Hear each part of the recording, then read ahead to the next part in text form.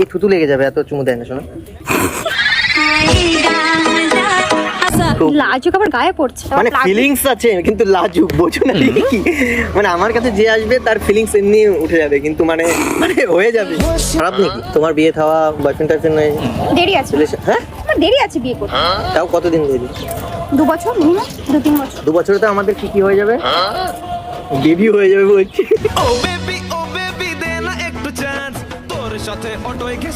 হ্যাঁ হবে তো না, হবে হবে। তারপরে তোমার বিয়ের সময় আমরা যাব আমার সাথে বেবি নিয়ে, দুটো বলছে দুটো করে। ঠিক আছে, আমি অবশ্যই দুটো। তোমার শখ, তোমার শখ মানে তোমার সব শখ আমি পূরণ করব। তোমার সাথে তো সব ইচ্ছাগুলো পূরণ করতে পারলাম না। এখন বউ আছে, বউর সাথে করো। হ্যাঁ, বউর সাথেই তো এবার করছি। দেখাও তোমার বউকে একটু দেখি। বলছে দেখালো। তাহলে এসছে কেন? তুমি পরিচয় করাতে, তোমার কথা বলেছিলাম ওকে। এভাবে কেউ পরিচয় করায়? বলছে লজ্জা লাগছে, তোমার থেকে একটু সুন্দর কম তো, তাই মুখ দেখাতে যাচ্ছে। তো কি তুমি যেমন তেমন, তুমি তো আমার কাছে এখন অনেক সুন্দর। ও একটা সময় সুন্দর ছিল, বুঝলে? এই থুতু লেগে যাবে, এত চুমু দেয় না শোনা।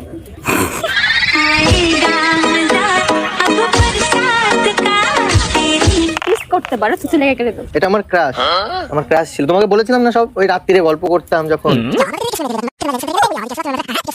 বলছে তুমি আমার ক্রাশ, তুমি নাকি করো না কোনোদিন ব্রাশ।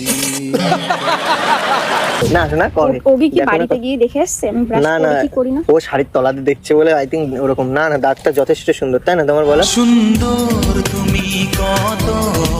তোমার ঠোঁট দাঁত দেখে তো আমি পাগল হয়ে যাই মাঝে মাঝে। পাশে বউ আছে, এরকম ফ্ল্যাট কেন করছো?